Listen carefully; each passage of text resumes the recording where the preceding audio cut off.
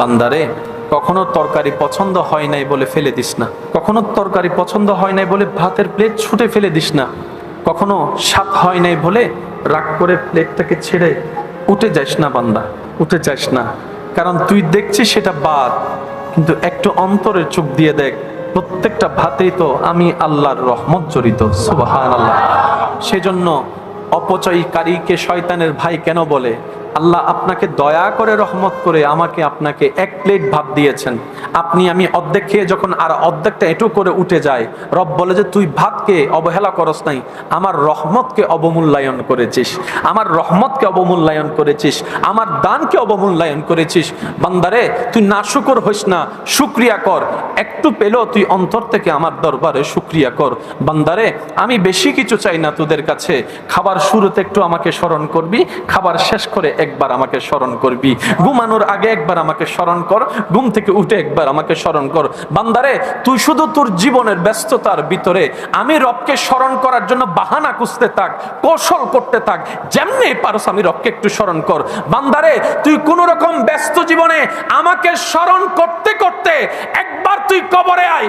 তুই বান্দা দুনিয়াতে আমাকে স্মরণ রাখবি, আমি রহমান তোকে কবরে হাসরে স্মরণ রাখবো। সুবহানাল্লাহ। আর রব যাকে কবরে হাসরে স্মরণ রাখে, জাহান্নামের আগুন তাকে স্পর্শ করার কোনো সুযোগ নাই। ভালোবাসার মানুষের কাছে ওই আবদারটুকু রেখে যাচ্ছি, বুঝি না বুঝি, পাই না পাই, মন পছন্দ হোক কিংবা না হোক, আলহামদুলিল্লাহ বলাটা যেন আমরা মুখ থেকে না ফেলি। ইমাম আলী মাকাম ইমাম হুসাইনের সামনে যে হৃদয় বিদারক ঘটনাটা ঘটেছে, ওনার চেহারায় মলিনতা ছিল না, রক্তের মানুষ, প্রিয় মানুষ হারানোর ব্যথা ছিল না। জগৎ দেখছে ওনার আপন মানুষ রক্তাক্ত হয়েছে, প্রাণ চলে গিয়েছে। বাবা হিসেবে সে অন্তরের জ্বালাটা আরেকজন বাবা উপলব্ধি করার চেষ্টা করছে, সেটা একটা সাইড। আর ইমাম হুসাইনের অন্য একটা সাইড ছিল, সন্তান তো আমার, আবার সে সন্তান তো আমার হওয়ার আগে আমার আল্লাহর বান্দা, আমার আল্লাহর বান্দা। এই সন্তানের উপর যেরকম বাবা হিসেবে আমার হক অধিকার দাবি আছে, আমার আল্লাহর দাবি তো তার চাইতে বেশি আছে, কারণ সে তো আমার সন্তান, অন্যদিকে তো সেটা আমার রবের বান্দা। বলেন না সুবহানাল্লাহ। সেজন্য কেউ মারা গেলে বেশি হা হুতা চিল্লা ফাল্লা করা আল্লাহ পছন্দ করে না।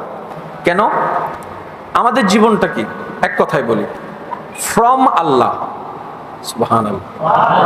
আমাদের সবার জীবন from Allah, for Allah, to Allah.